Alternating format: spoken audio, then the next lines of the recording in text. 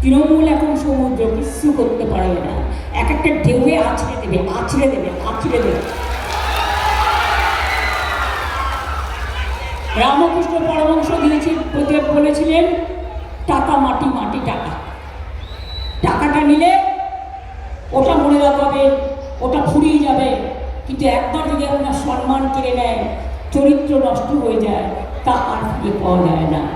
তাই শপথ নিন, অঙ্গীকার নিন, মনে রাখবেন ভোট দেবে না বলবেন, চলবে না অন্যায়, টিকবে না ফন্দি, জনগণের আদালতে হতে হবে বন্দি।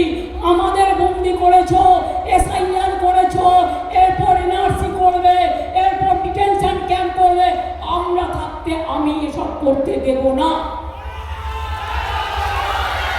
এসআইআর তো নির্বাচনের 3 মাস আগে করেছে। আমি অনেক লড়াই করেছি, আমাদের বিএলও 1 বিএলও 2 আপনাদের সকলকে নিয়ে সারাক্ষণ কাজ করেছে, আগামী দিনও করে যাবে। যার নাম বাদ গেছে তাকে অ্যাপিল করার ব্যবস্থা করতে হবে এবং বিনা পয়সার লয়ার আমরা দেবো, দলের অফিসের সাথে যোগাযোগ করতে হবে।